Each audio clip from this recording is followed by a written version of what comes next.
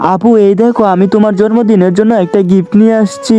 যা ফকির, তুই নিজে একটা ফকির, তুই আমার জন্য কিসের গিফট নিয়ে আসবি? আরে আপু এদিকে একটু দেখো না, আমি তোমার জন্য আইফোন 60 প্রো ম্যাক্স নিয়ে আসছি।